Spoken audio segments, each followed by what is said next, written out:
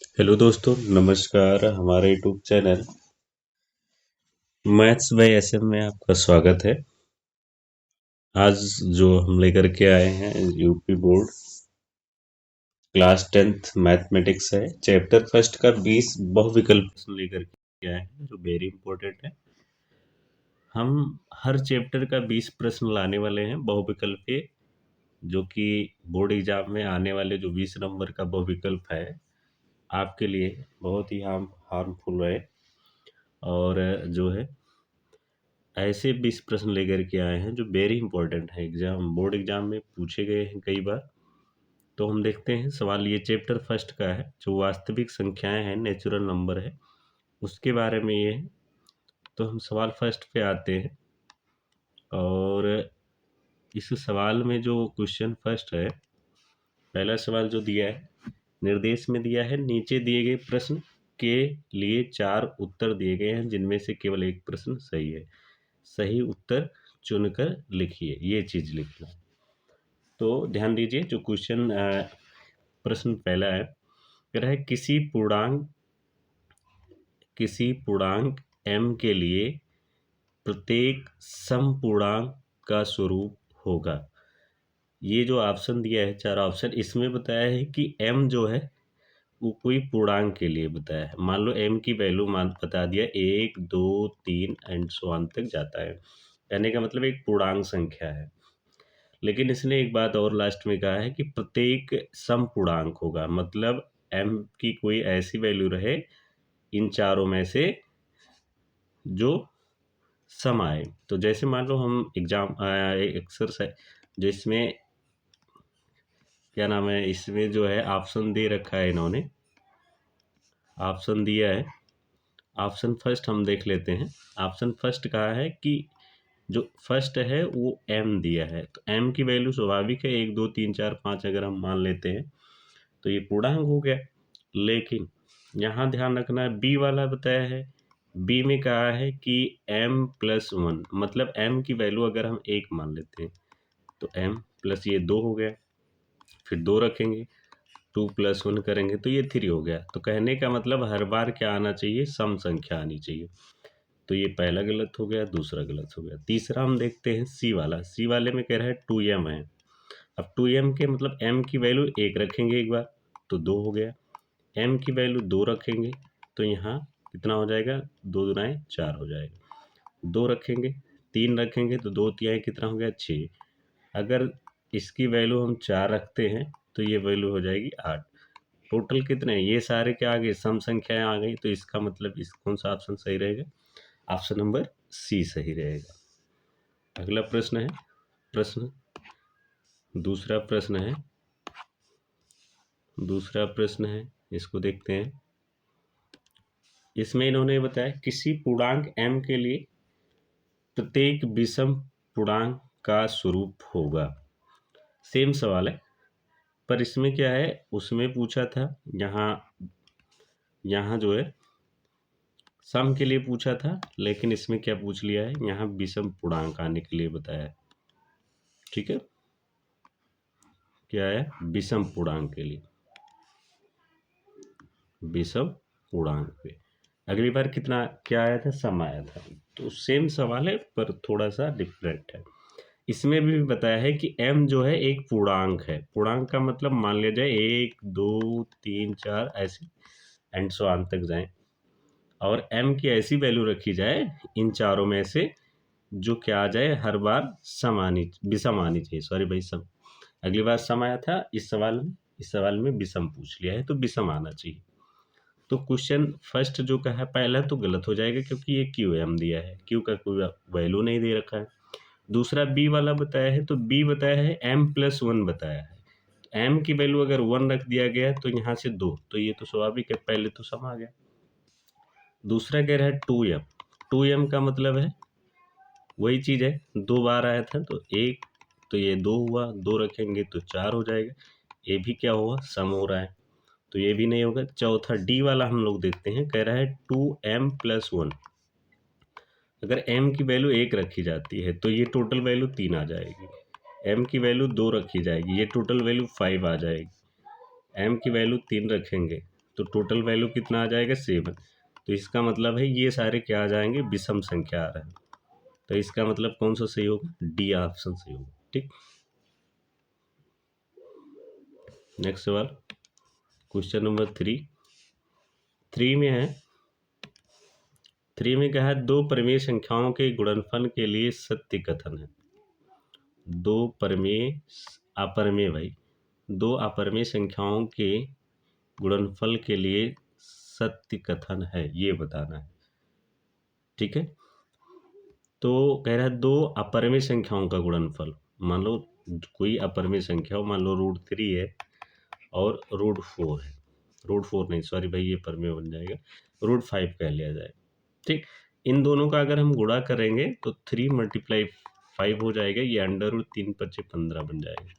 तो ये तो अपरिमेय संख्या है। ठीक, अगर मान लिया जाए ये तो एक अपरिमेय बन गया। दूसरी चीज मान लिया जाए कि अगर √2 गुणे कर लिया जाए, √2 इन दोनों का गुणा हो जाएगा तो √4 हो जाएगा। इसका वर्गमूल निकालेंगे तो 2 आएगा। तो ये तो परिमेय संख्या बन गई। इस प्रकार ये परिमेय बन गई, ये अपरिमेय बन गई, ये अपरिमेय संख्या बन गई। ठीक, तो इस प्रकार पहला कह रहा है गुणनफल सदैव एक परिमेय संख्या होगा, ये गलत है, क्योंकि एक परिमेय बन भी रहा है और एक अपरिमेय भी बन रहा है। दूसरा कह रहा है गुणनफल सदैव एक अपरिमेय संख्या होगी, ये भी गलत है। तीसरा कह रहा है गुणनफल परिमेय भी हो सकता है तथा अपरिमेय भी हो सकता है, ये सत्य है, क्योंकि ये सी वाला सही होगा। दोनों हमने एग्जाम्पल बता करके समझा दिया। ठीक है, इसी प्रकार जो है अगला प्रश्न है। अगला प्रश्न में बताया है कि दशमलव का प्रसार कितने दशमलव स्थानों के बाद शांत होगा। तो आप क्या करेंगे, इसमें दिया है 14857 अपॉन दे दिया है 2⁻3 × 5⁻2। क्या करेंगे, इसको नोट कर लो। 2⁻3 का मतलब 8 और 5⁻2 का मतलब 25।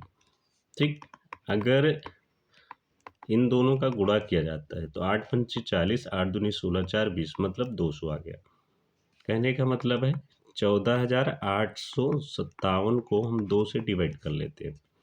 2 सत्ती 14 कैंसिल हो गया, यहाँ हो गया 8, 2 चौके 8, तो यहाँ हो गया, ये भी कैंसिल हो गया, यहाँ आ गया 5, तो 5 2 दूनी कितना हो गया, 4 हो गया, 1 आ गया, 7 हो जाएगा, और 2 ठीक कितना हो जाएगा 16, यहाँ आ गया 1, दशमलव लगा लेते हैं तो 0 बढ़ जाएगा। ठीक, तो ये 5 आ जाएगा। अगर हम 2 से डिवाइड करते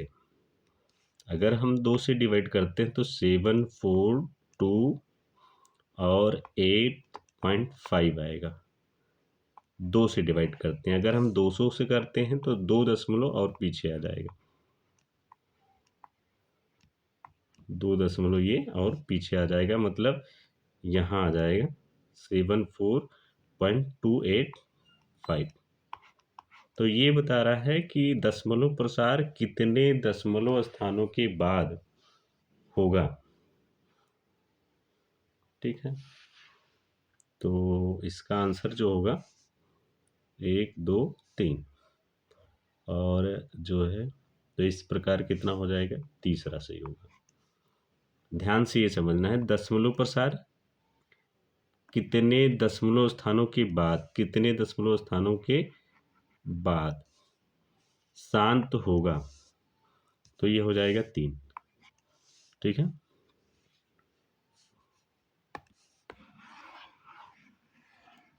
अगला प्रश्न है, प्रश्न नंबर जो 4 दिया है, ये 5 है, 4 हो गया। 5वां सवाल का है, यदि दो धन पूर्णांक ए तथा बी को a बराबर x⁻3, मतलब जो a की वैल्यू दे रखा है इन्होंने, a बराबर जो बताया है वो x के घात 3 और y के घात 2 बताया है, और b की जो वैल्यू बताया है वो x के घात 2 बताया है, y के घात 3 बताया है। ठीक है, के रूप में लिखा जाता है, जहाँ x और y दोनों अभाज्य पूर्णांक है। ठीक, अभाज्य पूर्णांक है। तो फिर क्या करेंगे, अभाज्य पूर्णांक है तो HCF क्या होगा, A कमा B का, A और B का HCF बताना है। तो क्या करेंगे फिर, तो निकालेंगे, A इक्वल टू लिखेंगे x⁻3 y⁻2 हो गया। इसको आप लिख सकते हो A is equal to x multiply x multiply x y multiply y, ठीक। और B पार्ट को लिख सकते हो x multiply x multiply y multiply y और मल्टीप्लाई y, ठीक है। निकालना आपको HCF है, ध्यान रखना है। HCF का मतलब होता है मासा, हाईएस्ट कॉमन फैक्टर बोलते हैं। HCF का मतलब क्या होता है, हाईएस्ट कॉमन फैक्टर, ठीक। हाईएस्ट कॉमन फैक्टर, तो इसमें जो कॉमन हो रहा है, कहने का मतलब 2x कॉमन, जो दोनों में कॉमन होगा HCF के लिए, तो दोनों में 1 और 2x कॉमन हो रहा है, मतलब x मल्टीप्लाई x और 2y कॉमन हो रहा है तो y मल्टीप्लाई y, तो ये हो जाएगा x² मल्टीप्लाई y²। तो यहाँ से जो HCF बनेगा, HCF जो बनेगा आपका, वो आपका होगा A और B का जो HCF बनेगा वो बनेगा x² y², ठीक है। इस प्रकार इन प्रश्नों ऑप्शन में पहला तो नहीं हो सकता, दूसरा होगा, तीसरा, ये सब नहीं होंगे। तो इसमें कौन सा प्रश्न सही होगा, ऑप्शन सही होगा B वाला, ठीक है। नेक्स्ट सवाल, क्वेश्चन नंबर जो है 6 आ गया। 6 में क्या कहा है, एक परिमेय तथा अपरिमेय संख्याओं का गुणनफल होगा। एक परिमेय संख्या मान लिया जाए, परिमेय संख्या मान लो लिख लिया जाता है 2, ठीक। और एक अपरिमेय संख्या मान लो √2, दोनों का गुणनफल जो करेंगे ये आपका क्या होगा, ये तो अपरिमेय संख्या होगा, ठीक। तो इसमें पूछ रहा है सदैव अपरिमेय होगा, सदैव परिमेय होगा, अपरिमेय या परिमेय हो सकता है। इसमें दोनों चीज़ें पूछा है चारों ऑप्शन में। तो आपको ध्यान रखनी बात ये है कि ये कह रहा है अपरिमेय संख्या को जब परिमेय संख्या से गुणनफल किया जाएगा, तो ध्यान रखना, अपरिमेय संख्या मान लो परिमेय संख्या 4 है और कोई अपरिमेय संख्या ले लो, ये इन दोनों का जो गुणा होगा तो आपका ये बन जाएगा, ये भी अपरिमेय संख्या है। तो इस प्रकार इसका आंसर जो होगा वो 6 का ए होगा, ये सदैव अपरिमेय संख्या बनेगा, ठीक है। नेक्स्ट सवाल है, क्वेश्चन नंबर 7 है। इसमें क्या कहा है, कह रहा है एक परिमेय तथा एक अपरिमेय संख्याओं का योगफल क्या होगा। एक परिमेय तथा एक अपरिमेय संख्याओं का योगफल, मान लिया जाए एक परिमेय संख्या मान लो यहाँ पे 8 है, या और छोटा भी मान सकते हो, कोई इसमें मानने में है, मानने से कुछ नहीं होगा। मान लिया जाए, मान लो 2 है, और अपरिमेय संख्या क्या है, मान लिया जाए √2 है। तो जब इन दोनों को जोड़ा गया तो ये बन गया। दूसरा सब मान लो, दूसरा एग्जाम्पल ले लिया जाए, इन दोनों को जोड़ा गया तो ये बन गया। ये दोनों क्या है, ये दोनों क्या है, अपरिमेय संख्या है। क्या है, ये अपरिमेय संख्या है, ठीक। तो जोड़ने के बाद मतलब एक परिमेय और दूसरा अपरिमेय संख्या को जब आपस में जोड़ा जाता है तो वो स्वाभाविक है अपरिमेय संख्या ही बनेगा, ठीक है। तो 7 का बी सवाल सही है, ऑप्शन सही है। और क्वेश्चन नंबर 8 आ गया। 8 में क्या कहा है, 8 नंबर सवाल देख लेते हैं। कह रहा है न्यूक्लिडीय विभाजन परिमेयिका कहती है कि दो धनात्मक पूर्णांकों ए और बी के लिए ऐसे अद्वितीय पूर्णांक क्यू और आर का अस्तित्व है कि इक्वेशन दे रखा है A is equal to B Q plus R, जहां आर निम्नलिखित को अवश्य ही संतुष्ट करेगा, ठीक है। तो इस ऑप्शन का जो आंसर, इस सवाल का जो आंसर होगा, 4 ऑप्शन दे रखे हैं। A is greater than R, A is less than R, is less than V. दूसरा है B is less than R और R is less than V is equal to V, दोनों दे रखा है। तीसरा है C is less than R और आर की वैल्यू 0 की भी बराबर हो सकती है। उसके बाद बताया R is less than B, और लास्ट वाला है 0 is less than R is less than B. ये 4 सवाल दिए हैं, चारों में जो ऑप्शन इसका सही होगा वो ऑप्शन नंबर आपका सी सही होगा। ठीक है, अब क्वेश्चन नंबर 9 देखते हैं। कह रहा है 95 और 152 का महत्तम समाप्त होता है। महत्तम को शॉर्ट में मासा भी लिखा जाता है और अंग्रेजी में HCF बोला जाता है। HCF का मतलब हाईएस्ट कॉमन फैक्टर। ठीक है, तो अब 2 सवाल दिया है, 2 दिया है, एक 95 दिया है, एक 95 है और दूसरा है 152 है। इन दोनों का HCF निकालना है। तो सबसे पहली बात तो आपको फैक्टर निकालनी आनी चाहिए। तो फैक्टर अगर 95 का निकालते हो तो 3 से डिवाइड हो नहीं सकता। ठीक, तो ये 5 से होगा।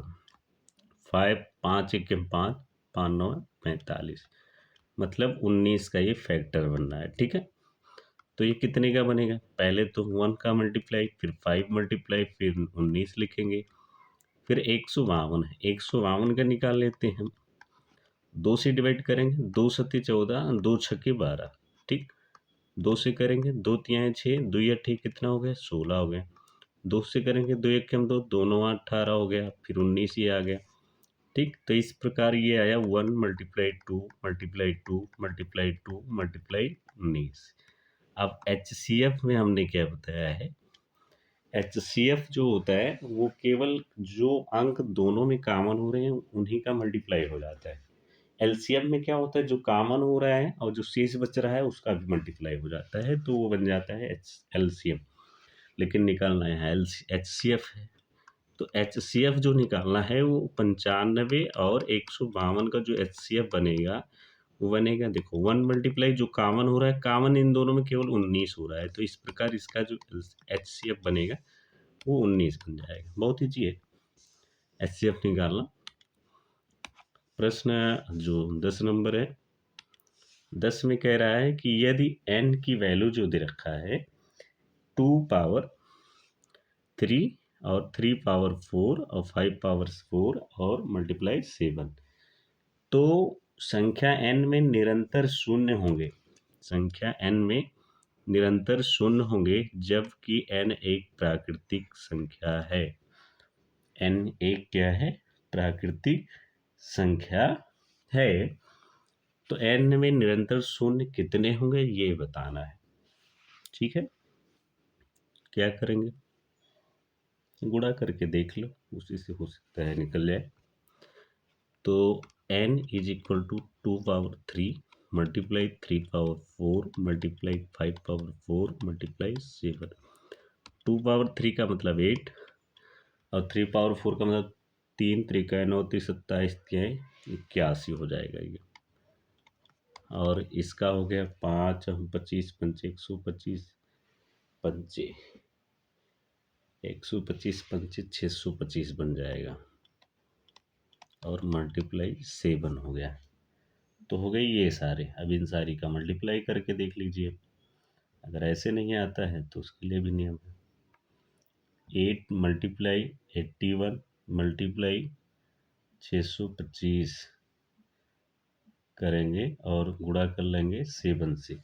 तो जब ये टोटल हम गुणा करते हैं तो ये 28,35,030 आता है।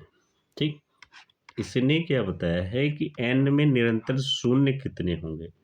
तो कितने शून्य आए? लास्ट में 3 आए, तो इसकी वैल्यू आपका 3 हो जाएगा। दूसरा ऑप्शन सही हो जाएगा, बी वाला।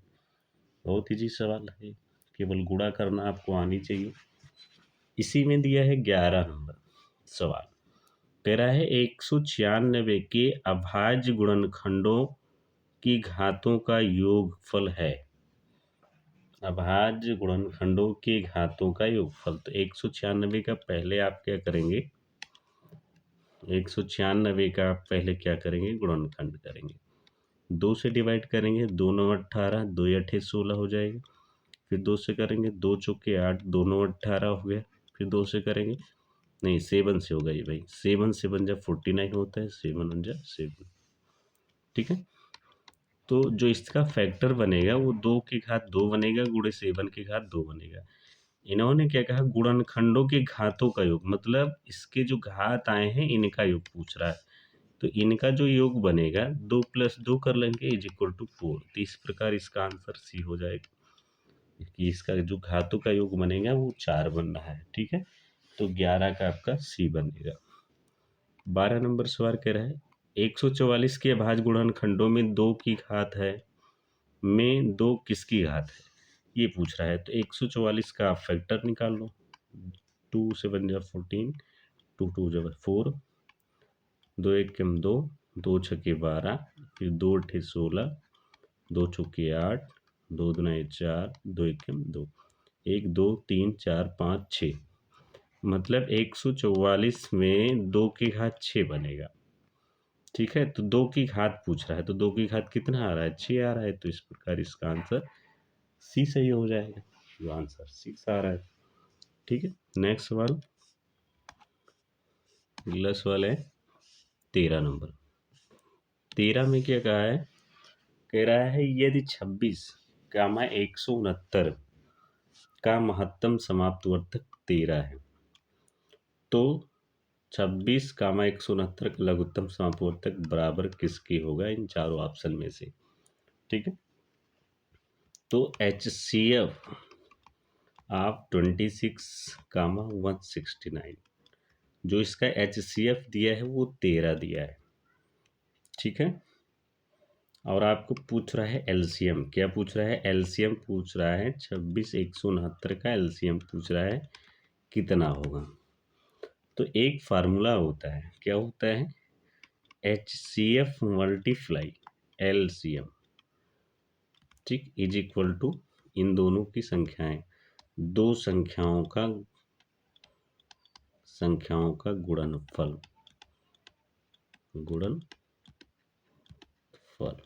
ठीक। ये जो दो संख्याएं दे रखी है इसी का गुणनफल है, ठीक है। अब मान लिया जाए HCF आपको 13 दिया है, आपको LCM निकालना है। दोनों संख्याएं क्या है, 26 है और मल्टीप्लाई कितना है 169। अगर यहाँ से LCM निकालते हो, ये गुणे में है तो इसके आ जाएगा, इसके बटे में आ जाएगा 13। ये अब 13 से डिवाइड हो जाएगा, 13 दूना 26 हो जाएगा।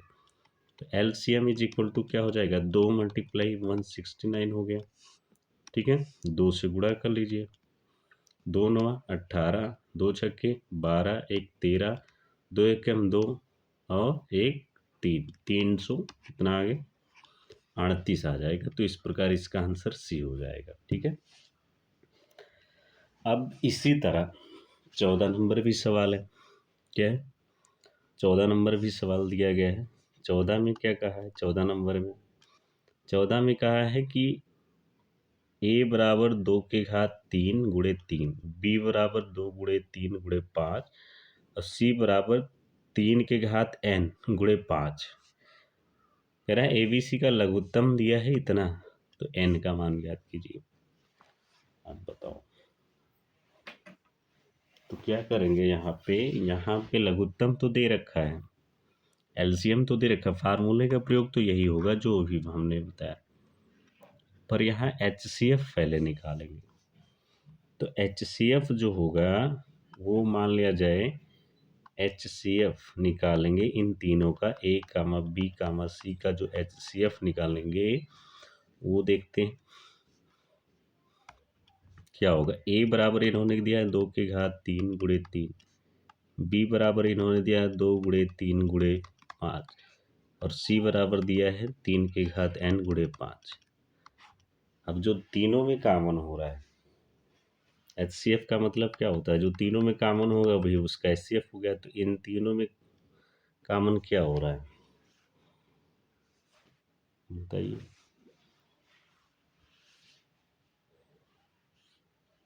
अगर n का मान 1 मान लिया जाए, सपोज दैट, ठीक है, n का मान अगर मान लिया जाए 1, तो भी करके चेक कर सकते हो ऑप्शन के अनुसार, ठीक है।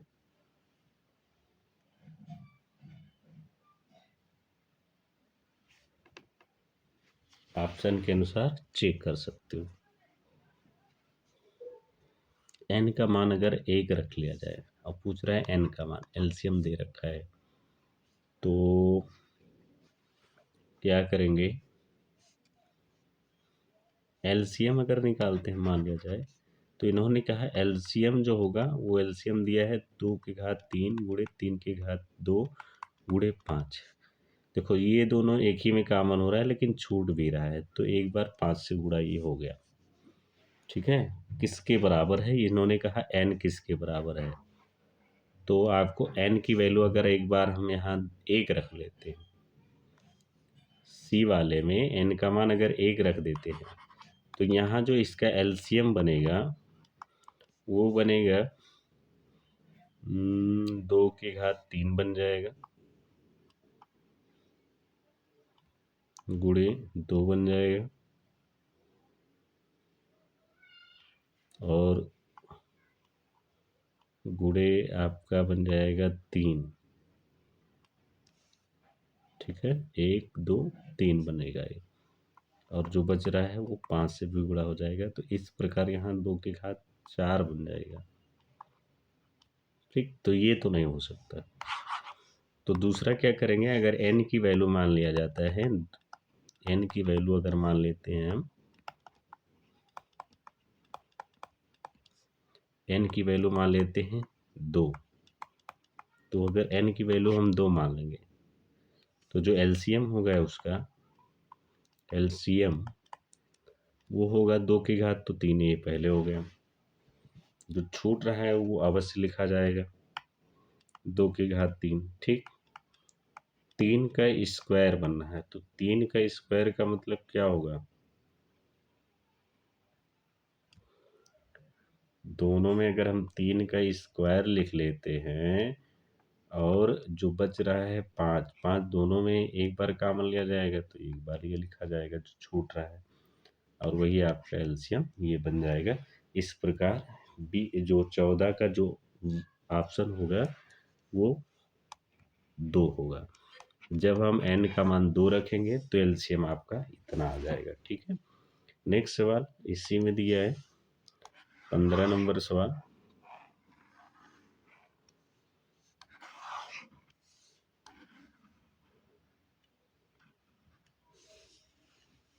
पंद्रह नंबर सवाल क्या कह रहा है, देखते हैं। 15 में कहा है कि यदि यदि ए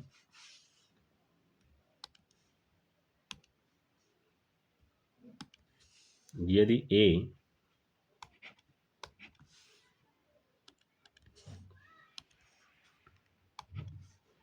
यदि ए तथा 18 का लघुत्तम समापवर्तक 36 है तथा ए और 18 का महत्तम समापवर्तक 2 है, तो ए का मान ज्ञात करना है। ये फार्मूला, इसी फार्मूले पे ये लगेगा जो फार्मूला दे रखा है HCF गुणे LCM, दो संख्याओं का योगफल गुणनफल सॉरी। तो HCF दिया है 2 और LCM दिया है 36। दोनों संख्याएं क्या हैं, a गुणे 18 हो जाएगा। तो यहाँ से जब a बराबर निकालोगे तो 2 गुणे 36 बट्टे कितना हो जाएगा 18, 18 दुनाए 36। तो यहाँ से a की वैल्यू जो आएगी आपका 4 आ जाएगा। तो इस प्रकार ऑप्शन सी सही है इसमें। ठीक है, तो 15 नंबर सवाल हो गया। 16 नंबर सवाल में क्या कह रहा है कि यदि दो धनात्मक पूर्णांकों ए और बी ए का दिया है वैल्यू x की घात 3 y की घात 2 और बी की वैल्यू दिया है x इंटू y की घात 3 के रूप में व्यक्त किया जाता है, तो x अभाज्य संख्या है, तो HCF ए बी निकालना है। चलो भाई देख लेते हैं। ए की वैल्यू x की घात 3 y² और जो बी का मान दिया है वो x y की घात 3 दिया है। ठीक है, देखते हैं। सबसे आसान HCF निकालना है, तो एक काम करो, यहाँ पे कर लो a बराबर x की घात 3 है तो x को आपस में 3 बार गुणा कर लो यहाँ पे, और y पे 2 है तो y पे 2 बार गुणा कर लो। बहुत बेसिक से बता रहे हैं ताकि आप समझ जाओ। x multiply y multiply y multiply y, ठीक है। अब यहाँ HCF निकालना है, तो HCF निकाल लीजिए। HCF A और B का पूछ रहा है, ये 16 नंबर सवाल का है। तो HCF क्या होगा, X कॉमन हो रहा है एक बार, ठीक, Y कॉमन हो रहा है 2 बार, दोनों में एक, देखो यहाँ एक X कॉमन हो रहा है और यहाँ से Y 2 कॉमन हो रहा है, एक ये। तो इस प्रकार जो इसका HCF होगा वो X इंटू वाई स्क्वायर बन जाएगा, ठीक, X इंटू वाई स्क्वायर, ये सवाल है, ऑप्शन बी होगा, ठीक है। 17 नंबर भी सेम इसी तरह है। क्वेश्चन नंबर 17 जो है इसी तरह ही है। कह रहे हैं कि पी क्यू, दो धनात्मक पूर्णांक पी क्यू को, पी की वैल्यू ये दिया है, क्यू की वैल्यू ये दिया है, के रूप में व्यक्त किया जाए सकता है, तो ए भी अभाज्य संख्या है, तो एलसीएम पी क्यू निकालना है। अब यहाँ एलसीएम निकालना है, तो एलसीएम ध्यान रखिएगा, पी बराबर जो दिया है इन्होंने ए इंटू बी स्क्वायर, और क्यू बराबर दिया है ए क्यू इंटू बी, तो निकाल लेते हैं एलसीएम, ए बी स्क्वायर और क्यू बराबर ए क्यू बी। तो यहाँ जो एलसीएम होगा वो एलसीएम होगा ए क्यूब इंटू बी स्क्वायर बन जाएगा, ठीक है। इसकी एलसीएम क्या बन जाएगा, ए क्यूब इंटू बी स्क्वायर। इस प्रकार ऑप्शन सी सही होगा इसका, ठीक। एलसीएम में क्या होता है, जो कॉमन हो रहा है और जो छूट रहा है उसको भी लिया जाता है, ठीक है, इसलिए इस तरह हो जाता है। नेक्स्ट सवाल है, नेक्स्ट सवाल है, इसमें जो बताया है क्वेश्चन नंबर 18, दो संख्याओं का लघुत्तम समापवर्तक 1200 है, निम्न संख्याओं में से कौन सी संख्या इनका महत्तम समापवर्तक नहीं होगी। दो संख्याओं का गुणा लघुत्तम समापवर्तक, मान लिया जाए दो संख्याएं ए और बी का जो मासा है HCF है वो दिया है 1200, निम्न में से इन सभी में पूछ रहा है कि इनका महत्तम समापवर्तक नहीं होगा, बताइए भाई। तो 600 का तो होगा, क्योंकि 600 को 1200 को डिवाइड करेंगे तो डिवाइड हो जाएगा। 500, 400 भी हो जाएगा, 200 भी हो जाएगा, केवल आपका 500 नहीं होगा। तो इस प्रकार 18 का जो आंसर होगा वो आपका बी हो जाएगा, ठीक है। 18 का जो ऑप्शन होगा आपका बी हो जाएगा, ठीक। और क्वेश्चन नंबर जो 19 दिया है, 19 में कहा है कि 1 से 10 तक की संख्याओं दोनों सम्मिलित हैं, मतलब 1 और 10 भी सम्मिलित है, में से सभी संख्याओं के विभाज्य न्यूनतम संख्या है।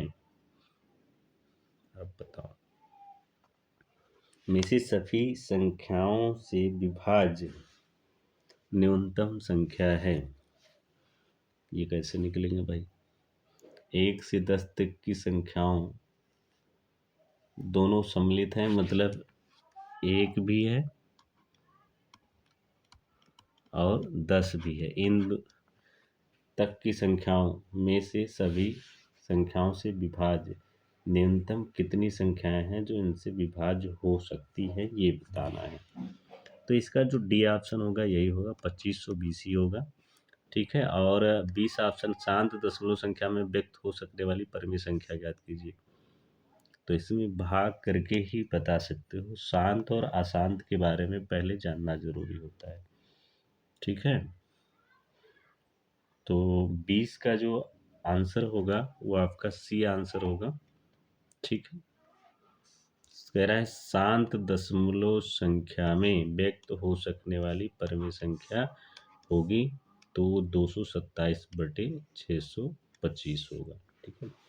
इस प्रकार चैप्टर जो फर्स्ट का है वास्तविक संख्या का 20 प्रश्न थे, जो बहुत अच्छे प्रश्न थे, और ऐसे ही सवाल जो है एग्जाम में पूछे जा सकते हैं, ठीक है, और पूछे भी गए हैं। ये 2019 में पूछा गया है, ठीक है। तो इस प्रकार जो सवाल है ये एग्जाम में पूछे जा सकते हैं। ठीक है? तो जो है आपका टोटल 20 प्रश्न हो गए इस चैप्टर से, और हम अगले वीडियो में जो है दूसरे चैप्टर से 20 प्रश्न लेकर के आने वाले हैं, जो बोर्ड एग्जाम में पूछे जा सकते हैं ऐसे ही। ठीक है? तो हमारे यूट्यूब चैनल में बने रहने के लिए धन्यवाद।